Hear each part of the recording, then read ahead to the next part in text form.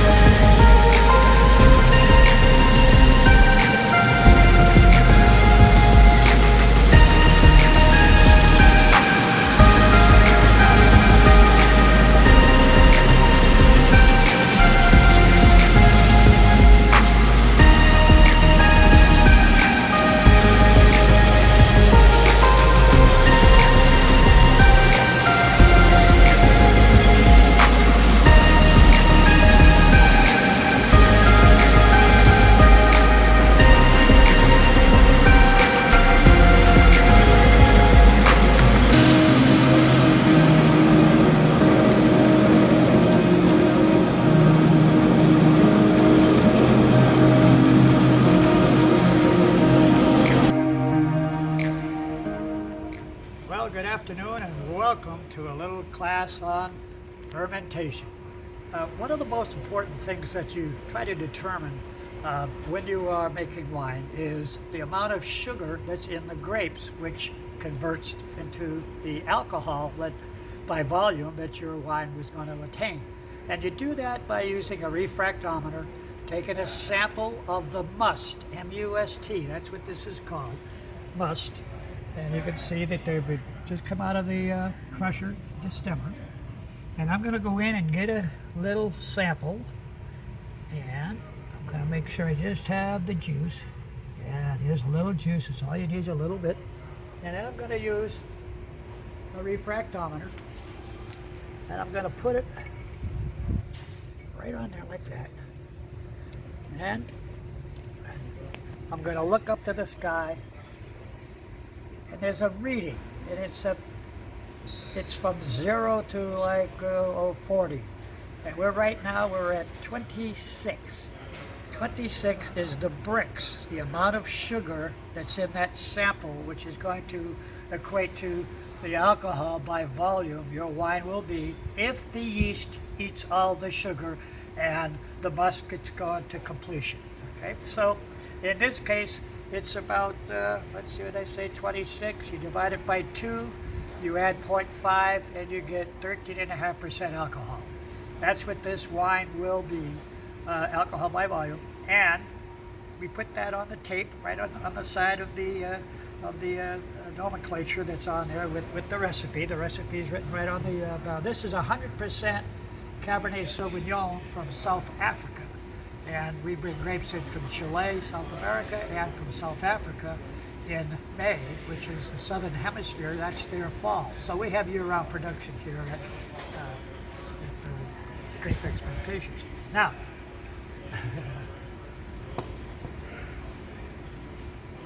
now that we know that what the bricks is, we're going to write it right on the side so we keep track. And we're going to go over here, and I'm going to put right down here 8.0 A, B, B. I'm also going to put it on the top because sometimes you get the tops and the base gets stuck. You don't want to do it. So 13.0% ABV is alcohol by volume. So if the yeast eats all the sugar, as we think it will, then you'll have that 13.0% alcohol. Wine is generally from 8.5 to about 17% alcohol. 17, really high. You get above that, you're into fortified wine. And in our case, we're making table wine. 13 is right in the middle. It's perfect. It's not too high of alcohol, so it burns your throat. And you're going to be able to taste the characteristics of the grape. And this grape, the Cabernet Sauvignon, is just unbelievable out of South Africa. Now that we know what the bricks is, we're going to start the fermentation process by adding some yeast and some enzymes and some amino acids. Before we do that, though, we're going to do a little chemistry. And it's not to scare you, but this is what you have to know when you're making wine. Every single grape contains the following: glucose, fructose, lactose, malic acid, tartaric acid, amino acids, water, pigeon droppings, seagull droppings, anything that flies over or crawls through a vineyard is going to it's going to affect the soil and give that particular plot of land a certain characteristic. And that manifests itself into the wine. That's why certain areas of the world and certain vineyards put out better wine than others, because of the characteristics of the soil and the weather and the altitude and the proximities to bodies of water. All that comes into play, so it's very complex, the whole winemaking process. But every single grape, now I'm going to show you some formulae that are associated with these elements. You don't have to remember them, I just want you to see the recurrence of carbon, hydrogen, and oxygen in the winemaking process. Here's one of the acids: carbon, hydrogen, and oxygen in certain molecular combination. You don't have to remember it, but just know that it's there. It's all natural in grapes. Here's one of the sugars, glucose. Again, that's fructose is an isomer of the glucose, and it's again carbon, hydrogen, and oxygen in certain combination. Now, I think most people would remember what H2 is, and I always ask people, anybody know what this is? And of course it's hydrogen, H2. And if they know what that is, they certainly would know this. This is H2O, that's water. And hydrogen sulfide. Now, hydrogen sulfide smells like rotten eggs. So we have to do something to mitigate the odor of hydrogen sulfide. It's part of the process. When you introduce the yeast, you're going to have hydrogen sulfide. And you don't want to open a bottle of wine and have it smell like rotten eggs. So to mitigate that, we use diammonium phosphate. However, in this case, we are using a yeast culture that doesn't produce any hydrogen sulfide. Sometimes you do and sometimes you don't. It just depends on where your grapes come from and what you want to do, what your predilection of how you want to go about the chemistry. In our case, for the South African and for the Chilean, we use the yeast that doesn't produce any hydrogen sulfide. Here's another little formula here. I get that over here. K. K is not strikeout, it's potassium. We use potassium metabisulfite as an agent to mitigate any off-smelling of particles or to keep it nice and clean in the yeast. And it's a whole different thing. But potassium metabisulfite is one of the most important elements in the winemaking process. You have to use it. Potassium chloride, that's a salt. Just like sodium chloride is a salt, but potassium chloride is also part of the process. And here's K9E. Is that You hit it on the head.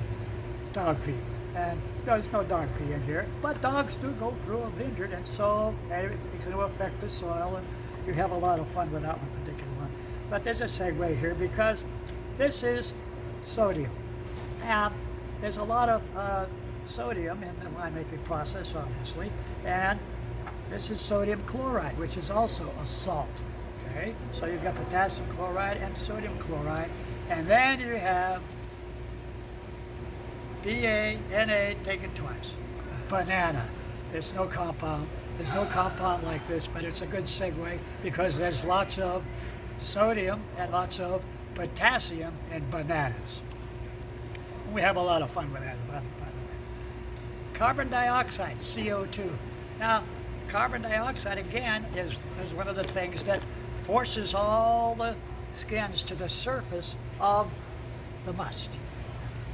And in order to keep the skins in contact with the juice to develop the color, we have to punch down every day, 2 or 3 times a day. You have to punch down the must to keep it in solution so you're developing the color.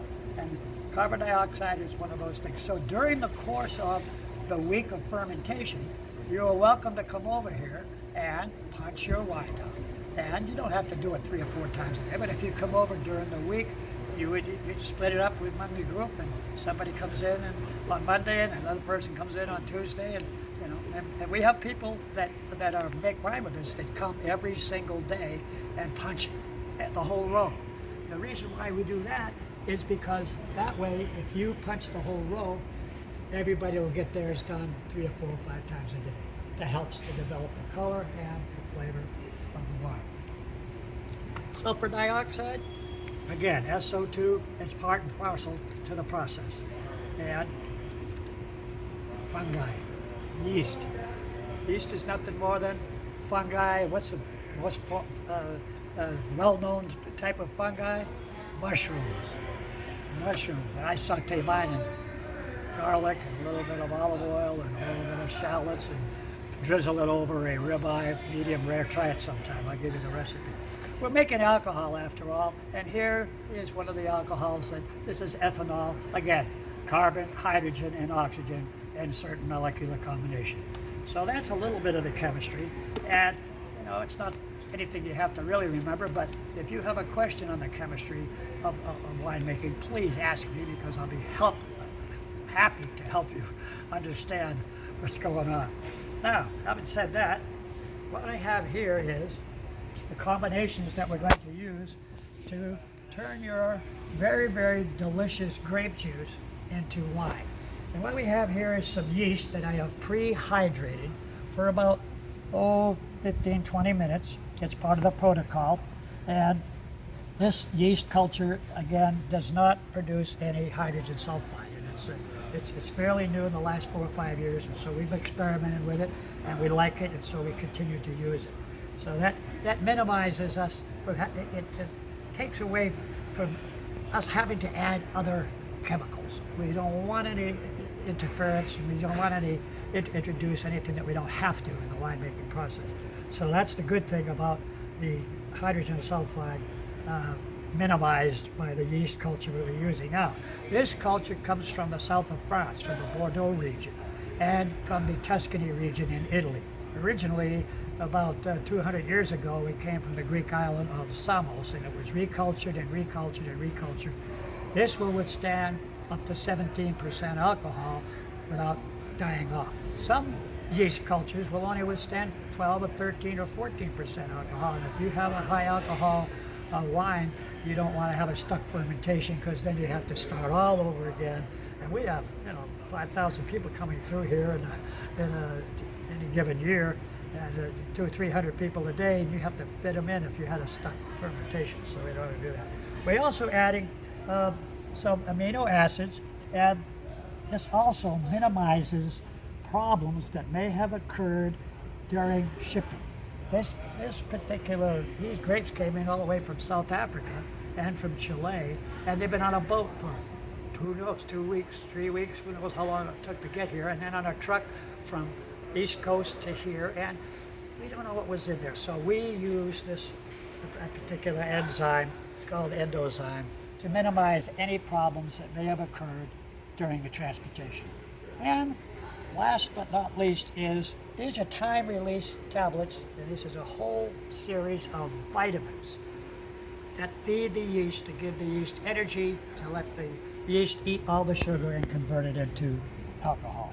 And this minimizes us from having to go in there every day and add something. And so we just put the 6 of these tablets. Each one of them has a different release factor to it, and as a matter of fact, it's a lot of vitamin B, if you want the truth.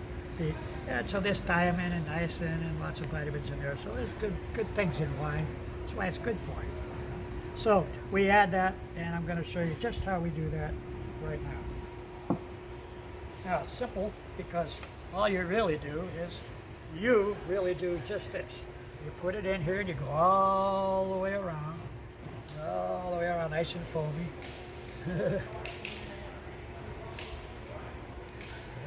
And then when I see something like that, what I do is I take some of the endozyme and I swirl it around and put her in here and get that in there and get some more endozyme in there.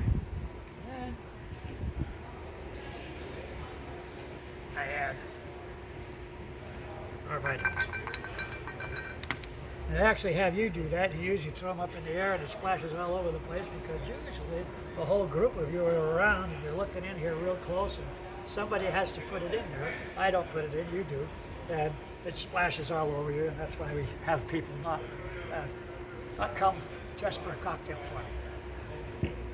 So, now, having said that, during the course of the week, obviously as I told you about plunging, we're going to do that right now. I'm going to show you how to plunge properly.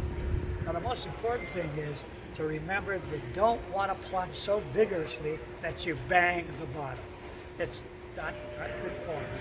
What you want to do is you want to gently press the grapes down into the bottom and without splitting the seeds. And that causes bitterness, so we don't have that happen. So I'm going to show you how you do this. Now, always, before you plunge, you got to clean your shaft. I mean, it's very important in a winemaking process to keep your shaft nice and clean. And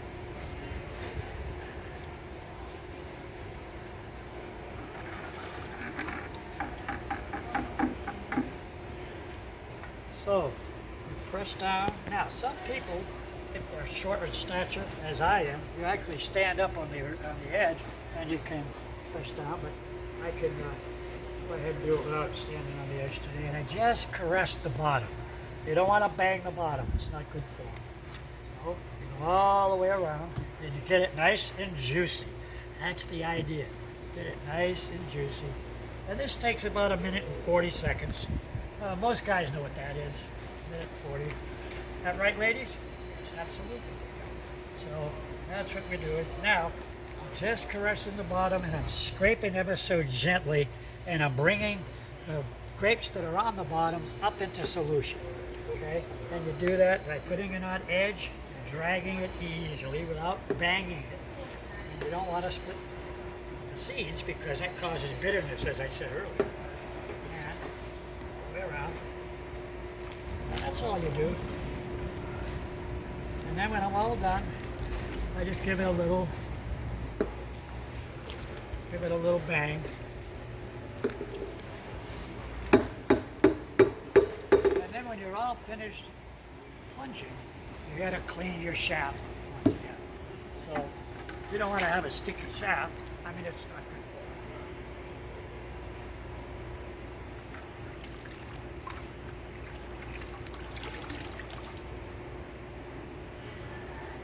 you. So this has to be done 4 or 5 times a day to develop color, flavor, and to make sure that you have a vigorous fermentation. Because you want the sugar to be converted into alcohol, and that's done by the yeast, the enzymes, and the amino acids. And at the end of the week, now you're going to go into the barrel through the press, and that's a whole other process, and you'll have a lot of fun with that, I'm sure. Do not wear a cocktail dress when you come to the pressing part because believe me, it's a little bit messier than this. That's the story. I'm gonna have to edit that. So what we have here is, you can see it's very, very fresh parasitic acid solution in water, and a certain concentration that is going to maintain a certain sanitary element when we're plunging this fermentation. Now, the most important thing is, as I've often said, is you got to clean your shaft first. So we know it's already clean, but I like to do it because it's been sitting around. So I just clean the shaft and squeeze it off. And you don't want to drip it all over the place. So.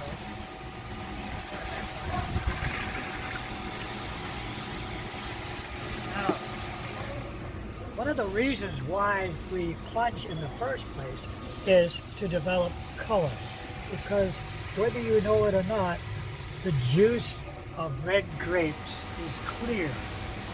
And you take a red grape, a red wine grape, and you squeeze it and you get it into your hand, you'll see that the juice is clear.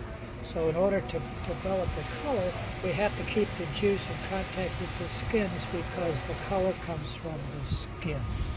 So you can develop flavonoids, color, and you make sure that you have an aggressive fermentation.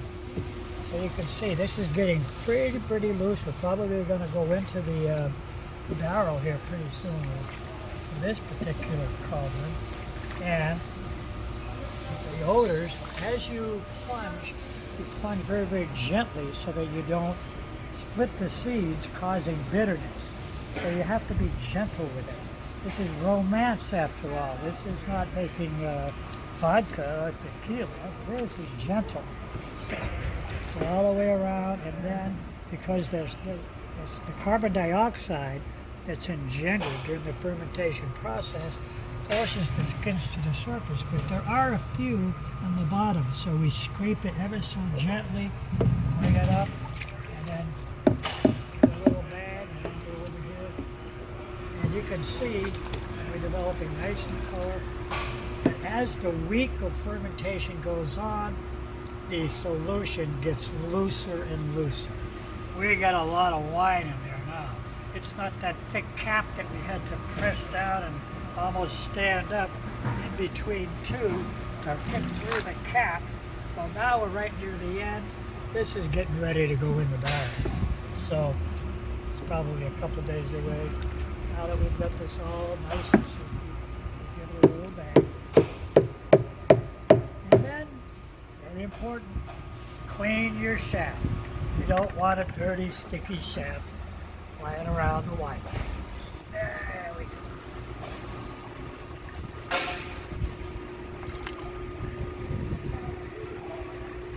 And that's how you develop color, flavor, and all the intensities that you need to make good wine. And this is done in very, very large quantities in big commercial wineries. Here we do things one barrel at a time. Every one of these barrels is sacrosanct. This happens to be a Malbec Merlot blend with a little Carmenere in there. And it's going to be really nice because, number one, it's from the Southern Hemisphere. It has a little different nuances because of its location, its proximity to the body of water, the South Pacific, and in that case, and the minerality that comes from the volcanic activity in Chile. It's amazing how that affects the soil, given a certain characteristic to the grape variety. And this will be really kind of nice because you've got Malbec, famous down there in Chile, as it is in Argentina, Merlot, and Carmenere, another great from Chile. I can't wait to taste that particular blend myself.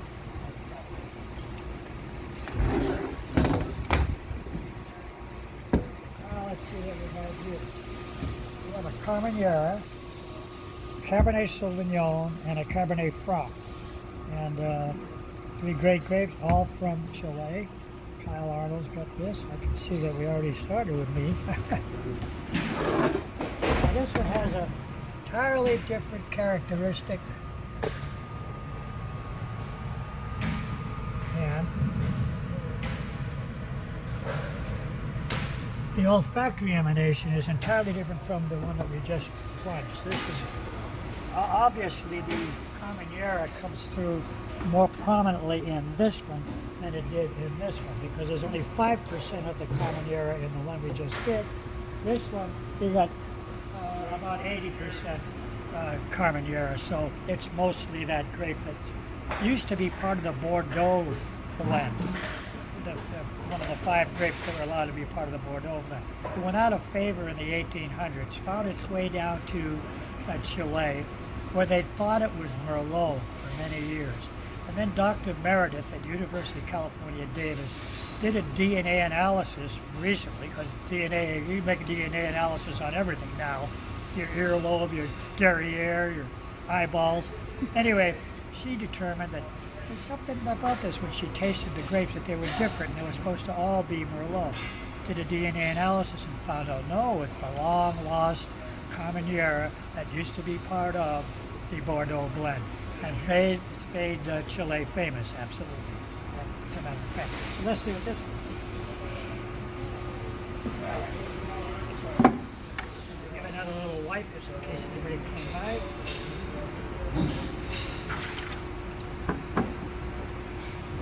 And now we can see I go down very so gently, and I can tell we're getting close now to going into the barrel. As we come up and gently now, because it's so loose, you don't have to bang through it. The cap used to be this thick, and you used to have to really get through it. Now it's all loose because the yeast has eaten all the sugar, converted it to alcohol.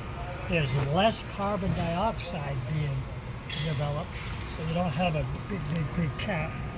So you've got a distribution of the grapes throughout the liquid. There's not a whole big thick cap, but there's grapes on the bottom, because the less CO2 means gravity is going to have you force the skins to the bottom, and you want them to get into the blend because there's a lot of flavor and a lot of color. We're developing flavor and color anytime we do this. The commercial operation, they press a button and it pumps over itself 4 or 5 times a day. It's automated. But they were doing this classical style where you do everything. You learn how to develop the flavors and the colors.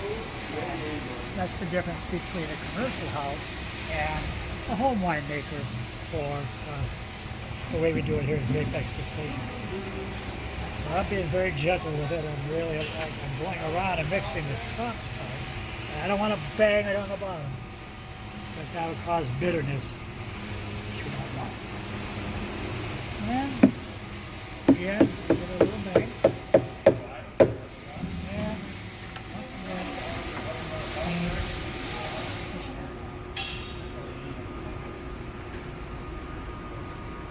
now this water will be water and parasitic acid solution will change it maybe 4 or 5 times during the day as it loses its protective elements. So it'll take on the color of the skin. So this proves, you saw that this was clear.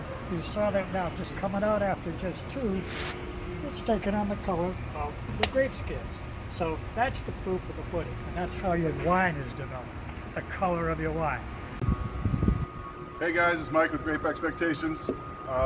Sorry you're not here today with us, but we're going to be pressing and showing you what pressing is all about today. So this is the 756 pounds of grapes that was crushed and fermented over the last week. What we're going to do today is we're going to be putting your wine into the barrel. So what we'll do first is we're going to pump as much free flow juice and or wine at this point directly out of this fermentation vat into the barrel, which is right here behind me. We're going to use a couple strainer baskets to keep the skins and the seeds out. Once we can't pump, we're going to pump down until we can't pump anymore. Once that happens, we're going to actually scoop all of the must into the press behind you there.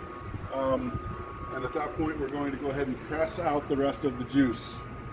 The wine, excuse me. It is wine at this point. 98% of the fermentation is complete. So, can I get 3 volunteers, please, and we'll get started? Using the strainer baskets, 1, 2, 3. Fourth one can be the pumper. Burnsy, you want to pump? Your call, either one. There you go. These baskets are going to keep all the seeds and the skins out of the barrel.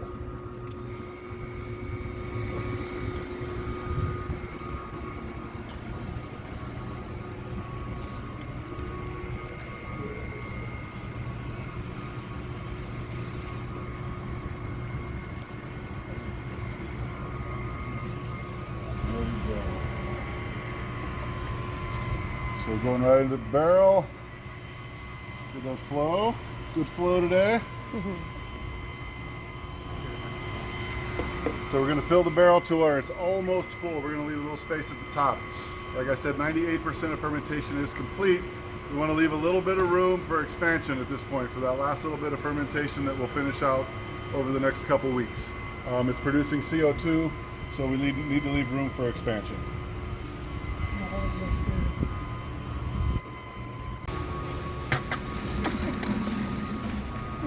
So as you can see in the tub, we've pumped out all of the free flow wine. So now what's left is just the must here. So we're going to scoop it into the press. You see the guys doing it now.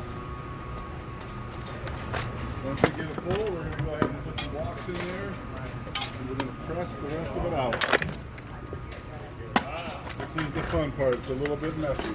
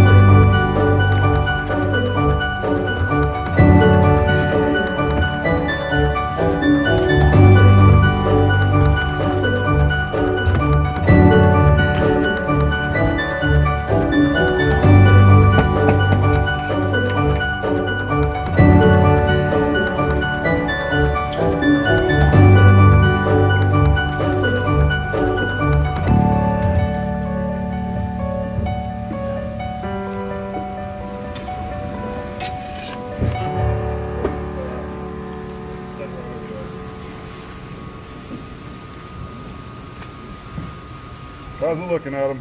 It's pretty soupy. It smells great. That it does.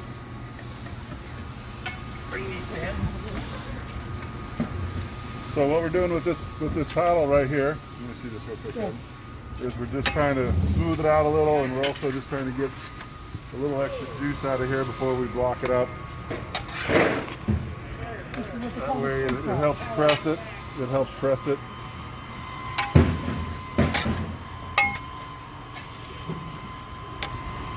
Okay. So Chad's going to hand me, we have the half moons here. We're going to put these in here in the press. Got 'em.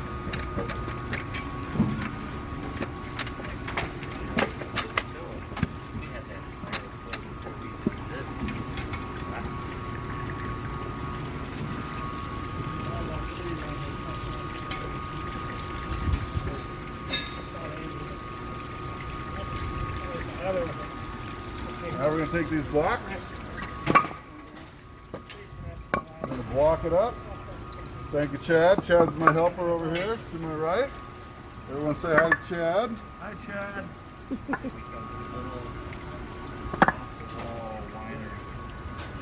Just a big game of Jenga.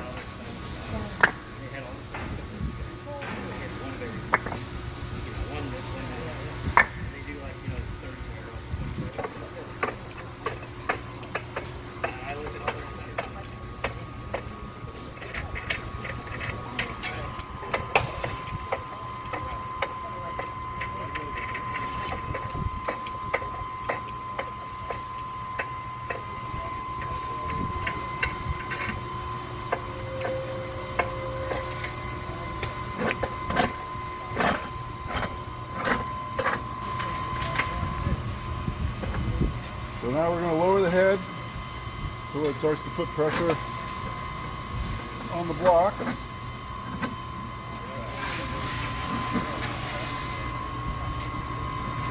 And you can see it's going to start squeezing out through the edge of the press.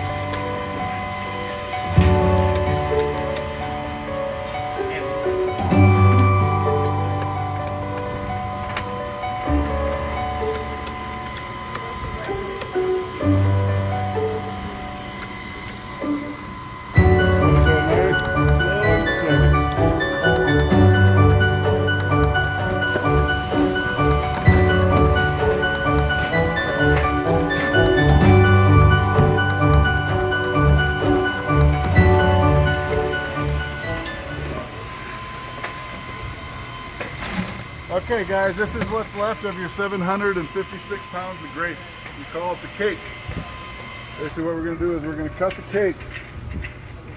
We're going to take it, put it in these bins. Normally we would send it to a local composting company, but this year we have a group of master gardeners that are going to come and take all of the skins and they're going to use it for compost. So it goes to good use and it doesn't get thrown away. So basically you cut it just like a pie. Goal is to get it in the tub and keep it off the floor. Good luck, huh? Here we are.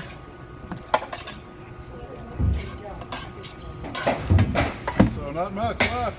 756 pounds of grapes. We got the good stuff out of it.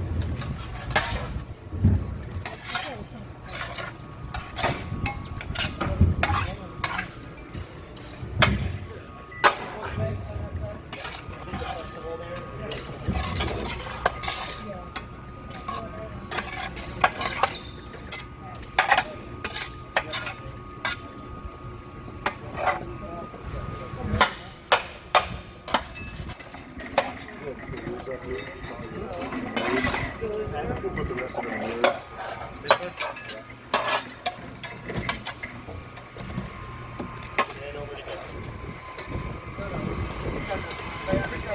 Timber.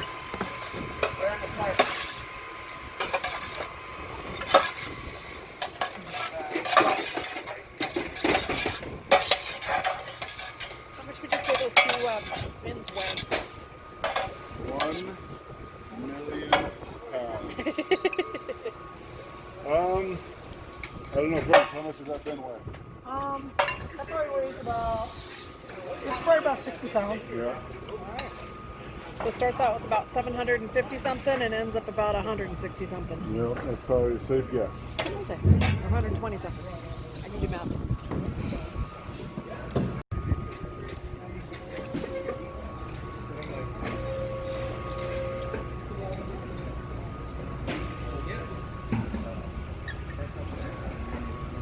So this tank here, we call it top off.